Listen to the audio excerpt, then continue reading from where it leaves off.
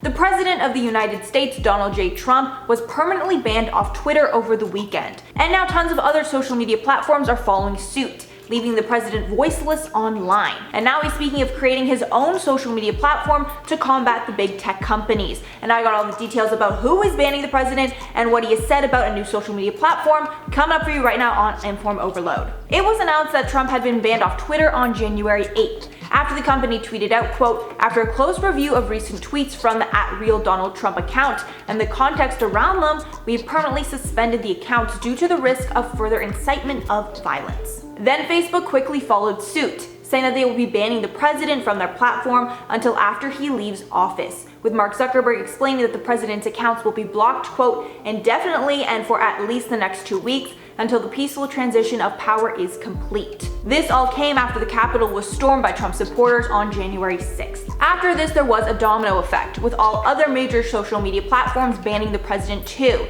and also limiting activity related to him. Instagram, which is owned by Facebook, has banned Trump as well from posting for at least the next 2 weeks, per head of Instagram Adam Mosseri. And Reddit has banned the subreddit group r/DonaldTrump, according to Axios. Shopify also removed Trump's official campaign merchandise from its platform by disabling his online stores, trumpstore.com and shop.donaldjtrump.com, as well as other sites like YouTube, Spotify, Pinterest, and Twitch banning Trump.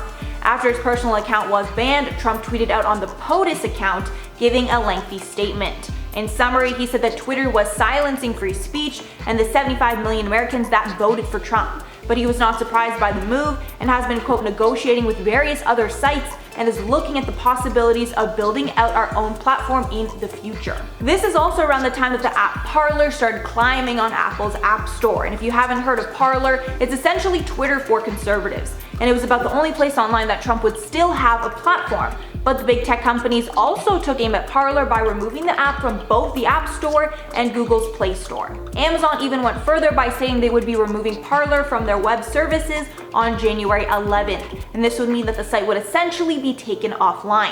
As of now, Parler is still offline, with the Amazon Web Services team stating, quote, "Recently we've seen a steady increase in this violent content on your website, all of which violates our terms. It's clear that Parler does not have an effective process to comply with the AWS terms of service." There have also been talks of the president being impeached, even though he is set to leave office on January 20th. Trump tweeted out earlier that he would not be attending Joe Biden's inauguration, which would make him the first president in 152 years not to attend. So this is all for the story as of now. I know this is a hot topic, so let me know your thoughts down in the comments, but in a respectful manner, please guys. But before I head on, I'm going to shout out some comments from my last video. Waltonville Gal said, "Meanwhile, this is the first time in 51 years I didn't spend Christmas with my mother because I didn't want to bring it to my hometown to bring it back to where I live, effing spoiled brats."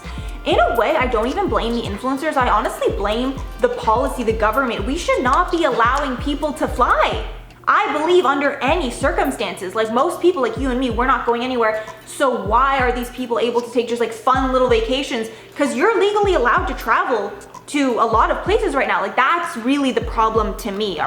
The policy. Afro Betty said, "The bigger the influencer, the juicier the scandal, and the sweeter tea. As a non-influencer, I'ma just sit back, relax, and take a sip of tea." I mean, that's really all we can do, but you guys know I'm here to give you that tea when it is needed. Andrea Adler said, "My applied behavior analysis degree is screaming at how much white is in the Tana Mojo apology video and turns screaming illusion of innocence. Don't buy it." I completely agree. I didn't say that in this video, but in my last video I said like it's a very common thing to wear white in apology videos to make you look like innocent, and it's crazy when all the influencers do it. It's like you think it's kind of bull, but they all do it. I don't believe it works, but it's just so shady. Alright guys, that is all for the video today. Thanks so much for sticking around. If you made it all the way here and if you like the channel and you want to see some more videos like this, make sure to like and subscribe below. I've been your host, Mackenzie Smith, and I will catch you all in the next one.